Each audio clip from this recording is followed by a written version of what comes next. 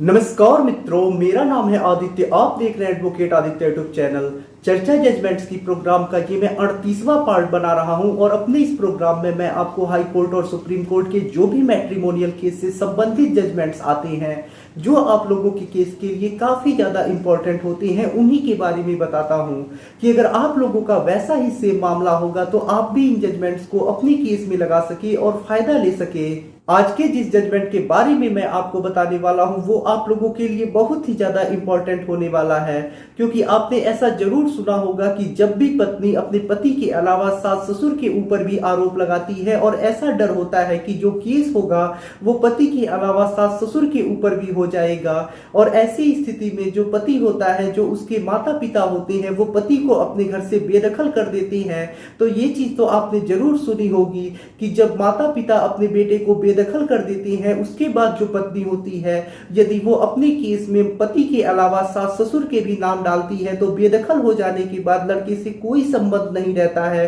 तो ऐसी स्थिति में यदि जो पत्नी है वो अपनी सास ससुर के ऊपर भी आरोप लगाती है तो ऐसे में सास ससुर के ऊपर केस दर्ज नहीं हो सकता है और सास ससुर का बचाव हो सकता है। आपने ये चीज जरूर सुनी होगी और शायद आपको कई वकीलों ने भी ऐसा सलाह दिया होगा। तो आज के जिस जजमेंट के बारे में मैं आपको बताने वाला हूं वो इसी से संबंधित है और कुछ ऐसा ही मामला इस केस में भी आया है और इसी मामले पे हाई कोर्ट ने जजमेंट सुनाया है। तो चलिए अब इस जजमेंट के बारे में डिटेल में जान लेते हैं और समझ लेते हैं कि क्या बेदखल कर देने के बाद जो सास ससुर है उनका बचाव हो सका या नहीं हो सका। तो चलिए वीडियो को शुरू करते हैं। यदि आपको कुकिंग का शौक है और ऐसे में आप पर डे कुछ नए नए और स्वादिष्ट व्यंजन बनाना सीखना चाहती हैं तो यूट्यूब पे एक चैनल है जिसका नाम है पल्लवी त्रिपाठी। डिस्क्रिप्शन में आपको उस चैनल का लिंक मिल जाएगा, आप वहां से जाके उस चैनल को सब्सक्राइब करके बेल आइकन को दबा ले, क्योंकि इस चैनल पे पर डे नए नए स्वादिष्ट व्यंजन बनाने को वीडियोस के माध्यम से सिखाए जाते हैं।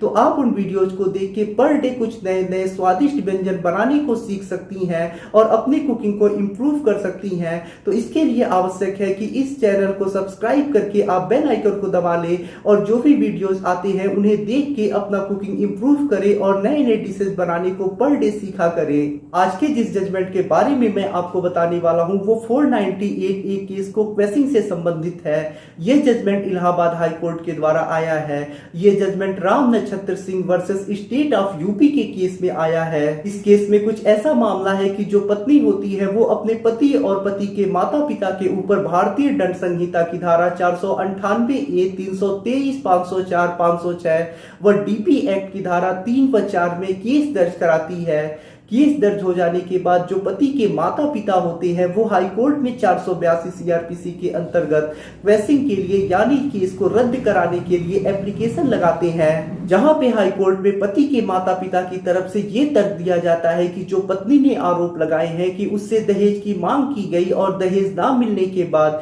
उसे प्रताड़ित किया गया, उसे परेशान किया गया, उसके साथ दुर्व्यवहार किया गया, वो सारे आरोप गलत है और जो उनका बेटा है यानी जो पति है उससे उनका कोई संबंध नहीं है। यदि मैं आपको साफ शब्दों में बताऊं तो पति के माता पिता की तरफ से ये तर्क दिया गया कि उन्होंने बेटे को बेदखल कर दिया है, उनसे उनका कोई संबंध नहीं है, जो बेटा है वो अलग कहीं रहता है, बेटे से कोई वास्ता नहीं है। इस प्रकार का तर्क पति के माता पिता की तरफ से कोर्ट में दिया गया और साथ ही साथ ये तर्क दिया गया कि जो माता पिता है वो काफी ज्यादा वृद्ध है, उन्होंने किसी प्रकार की कोई दहेज की मांग नहीं की है, किसी प्रकार की कोई पत्नी को प्रताड़ित नहीं किया है। जो भी आरोप लगाए गए हैं वो झूठे आरोप लगाए गए हैं और इस कारण से जो उनके ऊपर केस हुआ है उसे क्वैश कर दिया जाए यानी रद्द कर दिया जाए। उसके बाद जो पत्नी के वकील होते हैं उनकी तरफ से हाई कोर्ट में ये तर्क दिया जाता है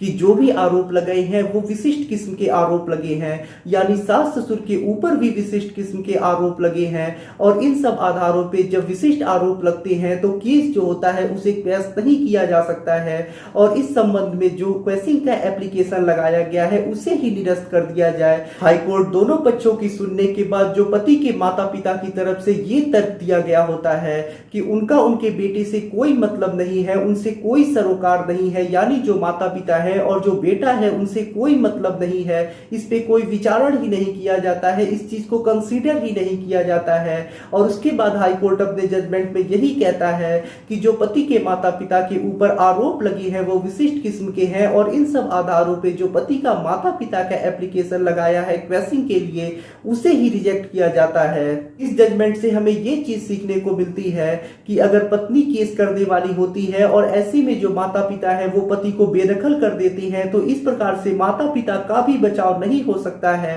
यदि आप ऐसा सोचते हैं कि बेदखल कर देने के बाद पति के माता पिता का बचाव हो जाएगा तो ये चीज गलत है। बेदखल कर देने से आपको कोई फायदा नहीं मिलने वाला है। यदि आप हाई कोर्ट में इस आधार पर क्वेश्चन के लिए भी जाते हैं कि आपके बेटे से आपका कोई मतलब नहीं है, यानी जो पति है उसके माता पिता जो है उनसे उनका कोई मतलब नहीं है, कोई वास्ता नहीं है, तो आप इस आधार पे अपने केस को क्वेश नहीं करा सकती हैं। जिस प्रकार से इस केस में यानी जिस जजमेंट के बारे में मैंने आपको बताया उसमें कंसीडर इस चीज को नहीं किया गया है, आपके केस में भी सेम यही होगा। तो यदि आप ऐसा सोचते हैं कि आप बेदखल करके अपने आप का बचाव कर लेंगे या फिर अपने माता पिता का बचाव कर लेंगे तो इससे आपको कोई फायदा नहीं मिलने वाला है। जिस प्रकार से इस जजमेंट में क्वेश्चन के एप्लीकेशन को खारिज कर दिया गया उसी प्रकार से यदि आप इस आधार पे क्वेश्चन के लिए जाते हैं तो आपके एप्लीकेशन को भी खारिज कर दिया जाएगा। जिस जजमेंट के बारे में मैंने आपको बताया उसका लिंक आपको डिस्क्रिप्शन में मिल जाएगा, आप वहां से जाके इस जजमेंट को डाउनलोड करके पढ़ सकते हैं।